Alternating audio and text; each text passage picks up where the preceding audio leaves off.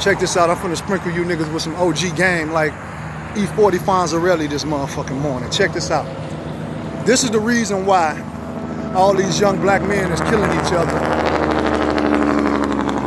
I'm gonna try to make this as laconic as possible and not drag it out.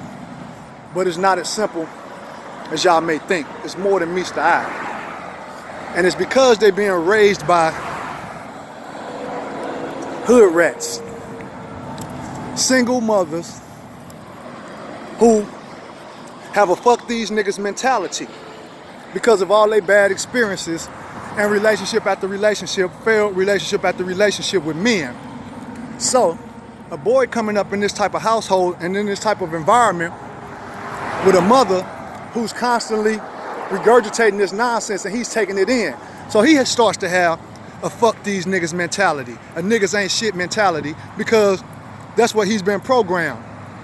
All he see is niggas come and go, letdowns from men. And then he's not getting both sides of the story. He's only getting her side, because most of the time he never has a chance to bond with any of these guys that are coming in and out of her life. All he sees is different men and hear the bullshit that she's saying from a one-sided perspective. He doesn't know how to receive male authority. He doesn't know how to handle conflicts, emotional disputes, and his feelings and express himself the way a man would, because the only example that he's had is a female. So whenever he's going through anything, he expresses it or handles it the way that a woman would. So when he becomes of age, he starts to hit puberty, or he starts to try to come into his manhood, and he's trying to learn how to roar like a lion, like Mufasa was trying to teach Simba how to roar. And let's just say he start getting a little mannish and smelling himself around the house, right? There is no man of the house. He may have siblings, smaller siblings, brothers or sisters. And the minute that he tries to become the big brother or the disciplinarian, in a lot of cases, and he starts to roar, his mama immediately emasculates him. Fuck nah, ain't no man up in this house. You ain't run shit up in here. Don't raise your voice up in here. Don't put your hands on my kids. Don't do this and this and that. Now, they'll make the oldest kids until they live in babysitters, because they didn't really want kids. So the oldest kids end up raising these kids in a lot of cases, or looking after them more than they should have to, either because she's out doing whatever, or maybe even because she just has to work. It's not always just the hood rats. That's just generally speaking, that's a majority. But maybe it's just a working mother who don't really have time to be there, and she don't even realize what she's doing because there's no man to show her how to raise her boy or to help her raise her boy. And she don't even realize that she's emasculating him and training him to defer to femininity, to female authority, right? So the only disciplinarian he's ever had is a female, and he doesn't even know how to receive tutelage from a man because he got a fuck these niggas mentality. And you hear it in the music. So you got youngsters regurgitating this shit who ain't never even had an issue. Fuck these niggas fake. These niggas is fake, these niggas hoes, these niggas ain't shit.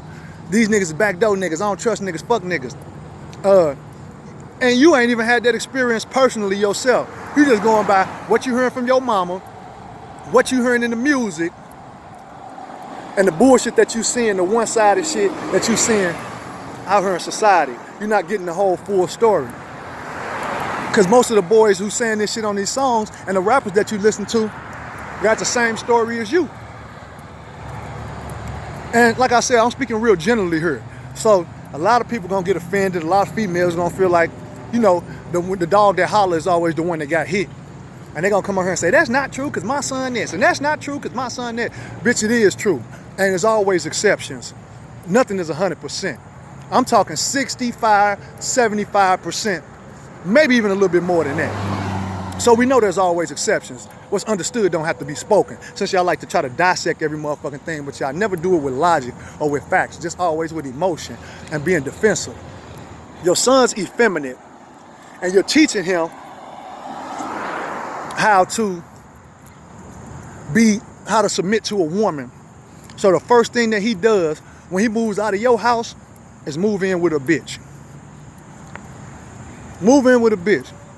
And just like the Willie Lynch letter said, y'all making them physically strong, but emotionally weak and dependent.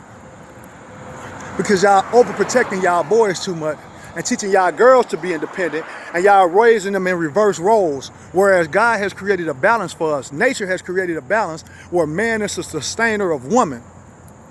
And he is the head. And he supports the woman and he leads her. But y'all raising y'all sons to be led by a woman. And y'all making them soft and weak when they little. And overprotecting them and treating them like little pussies. But at the same time, trying to teach them how to fight and make them aggressive. So you got all these badass little boys, 2 and 3, 4 years old, that know fight, and know how to curse and do all this shit. But soft as that thing, you can't even hardly yell at them. You can't even, they do all this shit and they're not getting the proper discipline and being taught how to be boys. They're not being taught how to be boys. So when they do get older and a man tries to come to them, even just to give them some game or to try to give them some constructive criticism about what they're doing, they don't know how to receive it. So they look at it like you sneak dissing them, like you calling them out, like you challenging them. Even if you come to them and try to come to them right, they don't know how to receive it. What are you saying? What you trying to say? You know what I'm saying? And they get belligerent about it. Oh, and don't let you come to them and really try to check them, like on some listen here little nigga shit. They gonna look at it like you damn near a threat to their life. They don't know how to receive that from a man because they have a fuck these niggas mentality. They have a fuck these niggas mentality. And not only that, but these niggas is soft emotionally on the inside, even though they got this hard exterior. So when shit upsets them or hurts their feelings, and when they do get offended, I already told you what offends them, then when they do get offended, they don't know how to process things the way a man would and how to be soft-spoken and carry a big stick. So the first thing they do is a whole lot of this, a whole lot of whining. And I see it with these couples when they be arguing and shit. I just sit back and watch. These niggas be whining with their gals like they mama. You know what I'm saying? Or they sitting up to my man, bruh, on the phone with a female. A lot of times I overhear these conversations, I be thinking the nigga on the phone with one of his partners or something. So these boys, they got so dependent on females and so emasculated by females that whenever a nigga pisses them off or offends them, they ready to blow up the whole motherfucking world and ready to kill them over something that's this motherfucking big, because they all in their feelings and they so emotional, and they already got a chip on their shoulder with other black men who look exactly like them, with themselves, really. So that's the problem, you know what I'm saying? These motherfuckers have been emasculated, and then when they do want to lash out, who can they take it out on? They can't take it out on a woman because you get jail time for that. That's frowned upon. You know what I'm saying? You take it out on a woman, you're gonna have an issue. That's punk ass shit. That's not accepted. You take it out on a white man, hell no, he got all the power. He got a place for you to go. You can't take your anger out on him. Sure the fuck can't take it out on a white woman. She the most protected person in the history of motherfucking America. You can't even whistle at them bitches. So who can a black man, when he's frustrated, take his anger out on besides another black man? The ones who don't nobody give a fuck about. The ones who ain't nobody standing up for. The ones who ain't nobody speaking up for. And the ones who don't nobody got their back. Society not speaking up for black men. Not as a whole. You know what I mean? So that's the easiest person for them to vent and take their motherfucking aggression out on. So they have all this built up animosity and masculinity and and emotion, and it's like pressure bust pipes. It's like caged heat. And as soon as a nigga say something they don't like, or say something that they take as a diss or offended, they ready to call everybody they know to go get every gun they motherfucking got when they need to just knuckle up. And then you hear them saying bitch ass shit like, a nigga better not put their hands on me, they gonna die. Straight out of the female, out of their mama's book of how to handle a dispute with a nigga. That's always been female shit, because physically, women are really no match for men. And women are not strong as a man, so that's not a fair fight. So the whole idea for a woman of a man putting his hands on her turns her off so much, it's so repulsive. What's up? the whole idea for a woman of a man putting his hands on her is so repulsive and so unfair that most women who got any fight with him, their response is, if a nigga put his hands on me, he gonna die, right? So when you hear a man regurgitate this, it's the most feminine thing he could say. If a nigga put his hands on me, he gonna die. Because first of all, 9 times out of 10, you ain't no killer like that.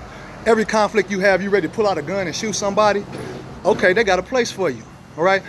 But we're men, we get physical, that's what we do. But these little boys done got so soft, the idea of somebody punching them in their face or putting their hands on them is the worst nightmare of their motherfucking life. Sound worse than a shootout to them.